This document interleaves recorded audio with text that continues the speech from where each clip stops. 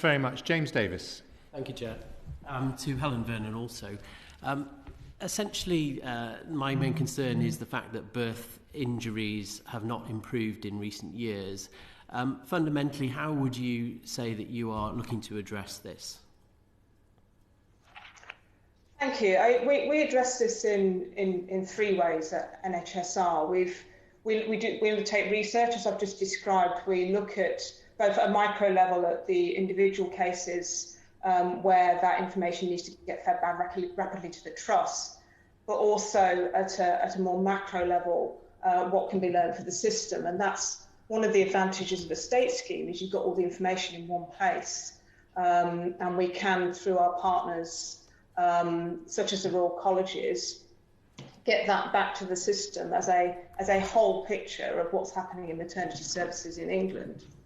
The second thing is early notification, which I've just described, just removing those time lags, which can be a barrier to learning completely from the process, so that we hear about those incidents as soon as possible after they happen.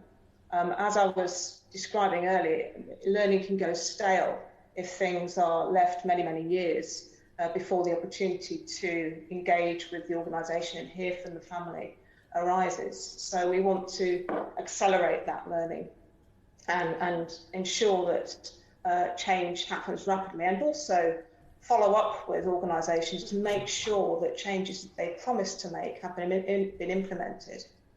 And then the third is incentivisation. So through our maternity incentive scheme, which we've delivered in partnership with the National Maternity Safety Champions, the arm's length bodies and the Royal Colleges, we've introduced a real financial incentive into the system to support the 10 safety actions, the 10 key things which the system feels need to happen in order to improve maternity safety.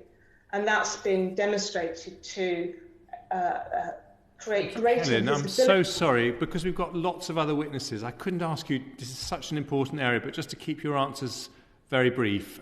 James, you've got a follow-up one? Okay, well, it was really just the fact that you've touched on the reasons why people pursue legal action. Are you content that everything is being done to minimise legal action using the data that exists?